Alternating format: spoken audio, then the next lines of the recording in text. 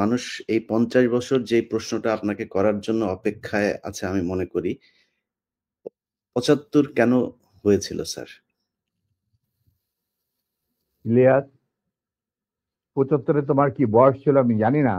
তবে আমার জন্ম হয় নাই স্যার। হ্যাঁ, তবে ৭৫ যে মুজিব মুজিব বাহাত ৭০-এর ইলেকশনের সময় ৭২-এর আগে, মানে ৭১-এর মুক্তি সংগ্রাম শুরু হওয়ার আগে ছিল, তার চরিত্র ছিল এক ভিন্ন প্রকৃতির। তাই তিনি বাঙালি জাতীয়তাবাদের সংগ্রামে যথেষ্ট অবদান রেখেছেন। কিন্তু স্বাধীনতা যখন পাকিস্তান আর্মি ২৫-২৬ রাতে, মানে বাঙালিদের উপর, নিরীহ বাঙালিদের উপর শেখ সন্ত্রাসবাদ, অ্যাট্রোসিটি বলো, জেনোসাইড বলো, চালালো, এবং যাতে লক্ষ লক্ষ হাজার হাজার শিশু, নারী, পুরুষ প্রাণ হারালো, ছাত্র জনতা কোনো কারণ ছাড়া। তারপর তখন সেই অবস্থায় আমাদের দেশের তথাকথিত বড় বড় জাতদের নেতারা বিভিন্ন দলে, তাদেরকে কিন্তু কাউকে খুঁজে পাওয়া গেল না। তারা তখন তাদের নিজেদের জীবন বাঁচিয়ে যার যার মতো জায়গায় চলে গেলেন। মুজিব স্বয়ং পাকিস্তান আর্মির কাছে ধরা দিলেন এবং তাদের সাথে একটা বন্দোবস্ত করে তার পরিবারের ভরণ পোষণের দায়িত্ব আর্মির হাতে তুলে দিয়ে তিনি পাকিস্তানে পাড়ি যান। ডাক্তার কামাল হোসেনের সঙ্গে, যিনি ছিল major via media between Mujib and দি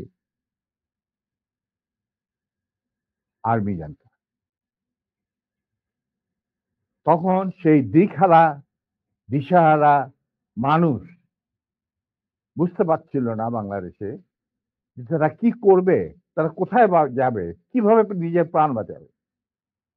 সেই সময় চিটাগাঙ্গে থেকে ভেসে আসলো মেজর জিয়ার স্বাধীনতার ডাক। আমি তখন পাকিস্তানে চাকরিরত অবস্থায়।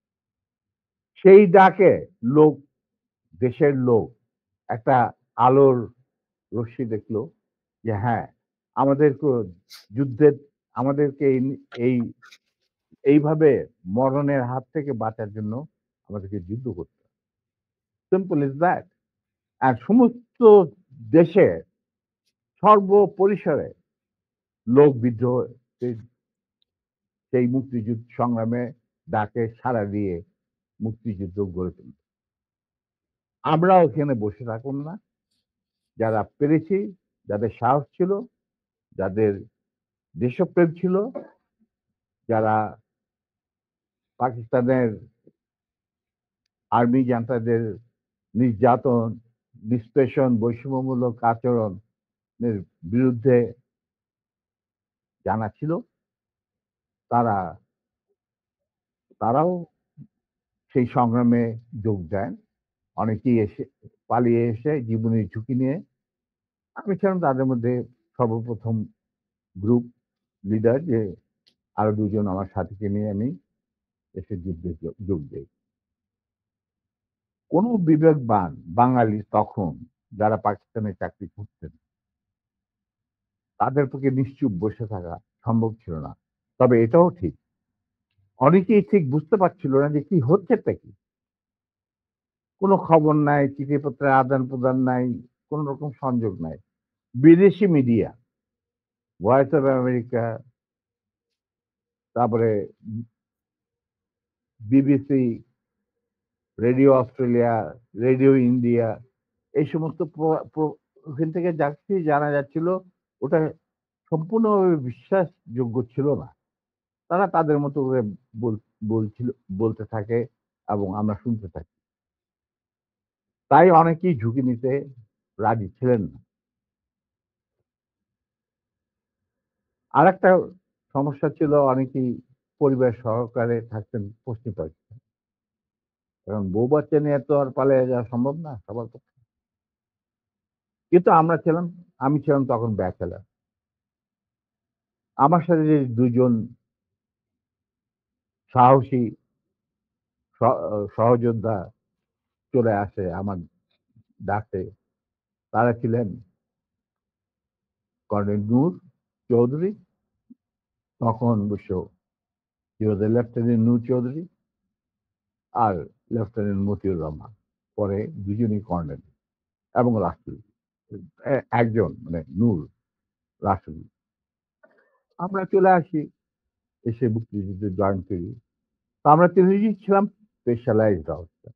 স্পেশালাইজড অফিসার বলতে বোঝা যায় যে যাদের কমান্ডো ট্রেনিং থাকে, স্পেশালাইজড ওয়ারফেয়ার এর উপরে জ্ঞান থাকে এবং আ যারা যাদের ইন্টেলিজেন্স অপারেশন কিভাবে বিশ্বজুড়ে চলে সে সম্পর্কে জ্ঞানে তারা অভিজ্ঞ থাকে, অভিজ্ঞতা সঞ্চয় করেন বিভিন্ন কোর্সের মাধ্যমে। তো আমরা ছিলাম ৩ জনই সেই ধরনের অফিসার। তাই আমরা জীবনের ঝুঁকি নিয়ে আল্লাহর নাম নিয়ে বেরিয়ে পড়ি এবং অতি সহজেই দিল্লি পর্যন্ত পৌঁছে যাই।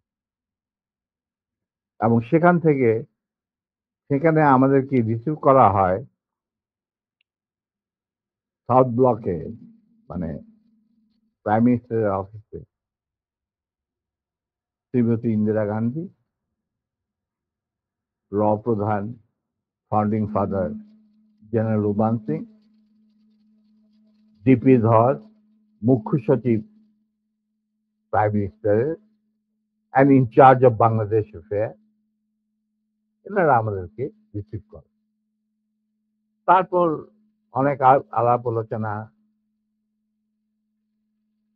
কিছুদিন ট্রেনিং, ব্রিফিং পরে আমাদেরকে মুজিবনগর সরকারের কাছে হ্যান্ড ওভার করে দেওয়া হয় এবং আমাদেরকে দিল্লি থেকে নিয়ে আসার জন্য general Usmani, commander in chief মুক্তি ফৌজ,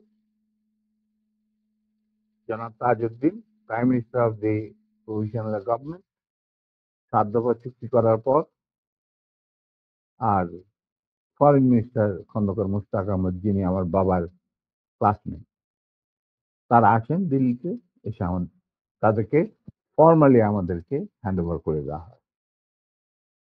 তারপরে আমাদের ৩ জনের মধ্যে ২ জনকে, আমাকে এবং মতিকে অ্যাপয়েন্ট করা হয় as guerrilla adviser to the sector commander. মানে ১১টা সেক্টরের মুক্তিযোদ্ধাদের রিক্রুট করা, তাদের ট্রেন করা, তাদেরকে ইন্ডাক্ট করা, অপারেশন করানো, সব দায়িত্ব পড়ে আমাদের দুজনের উপর। আমরা এই ১১টা সেক্টরকে ভাগ করে নিই। আর Noor being the junior most, Osmani সাহেব উনাকে তার চিফ পার্সোনাল স্টাফ অফিসার হিসেবে মুজিবনগর সরকারের যে হেডকোয়ার্টার ছিল মুক্তিবাহিনী, সেখানে তার সাথে রাখেন। এবং শেষ পর্যায়ে কিছুদিনের জন্য নূর অনেকটা আহ দৃঢ়তার সাথেই উসমানীর সাথে আলাপ করে সাত বেঙ্গলে চলে যায় এবং মুক্তিযুদ্ধে সক্রিয়ভাবে অংশগ্রহণ করে। সেও আঘাতপ্রাপ্ত, মানে সেও যুদ্ধে ইনজিওর্ড হয় একটা অপারেশনে এবং তাকে বীর বিক্রম খেতাব দেওয়া হয়। আর আমি যুদ্ধের সময় ৩-৪ বার আহত হয়েছি, তার একটা নিদর্শন আমার দেখো হাতের অবস্থা, এখানে সেখানে সবকিছু অর্ধেকই বোধহয় আর্টিফিশিয়ালি ক্রিয়েটেড, রিক্রিয়েটেড, যেটাকে প্লাস্টিক সার্জারি বলা হয়। But then I continue. তারপর সেনাবাহিনী গঠন করা, বাংলাদেশ মিলিটারি একাডেমি স্থাপন করা, পিটি স্কুল মানে ফিজিক্যাল ট্রেনিং স্কুল স্থাপন করা, সিলেটে ওয়েপন অ্যান্ড ট্যাকটিক শেখার স্কুল স্থাপন করার সব দায়িত্ব আমরা পালন করি। এর সাথে, সাথে চলে রিক্রুটমেন্ট ফর আর্মির যে ৫ টা ব্রিগেডের সাকসেস দিয়েছিল বুঝি, এই ব্রিগেড ৫ টা এবং বিমান বাহিনী, নৌবাহিনীর জন্য রিক্রুটমেন্টের ইনচার্জ ছিলেন deputy chief of staff Ziaur Rahman. যদিও তিনি সিনিয়র ছিলেন, তাকে তো বানায়নি চিফ, তাকে তো অ্যাজ এ কর্নেল বের করে দিতে চেয়েছিল, কিন্তু পারেনি, আমাদের জন্যই পারে। আচ্ছা, যাই হোক, উনার স্টাফ অফিসার হিসেবে দায়িত্ব পড়ে আমার উপর। আর আমি একাই আমার অন্যান্য সহযোদ্ধা কমান্ডারদের লিস্ট ওরা পাঠিয়ে দিত। আমি প্রায় ২৫,০০০ প্রাক্তন মুক্তিযোদ্ধা যারা আমাদের আন্ডারে চাকরি করেছে, মানে যুদ্ধ করেছে, তাদেরকে আমি আর্মিতে, এয়ারফোর্সে, মানে ডিফেন্স ফোর্সে, নেভি ইনক্লুডেড নিয়োগ রিক্রুট করি।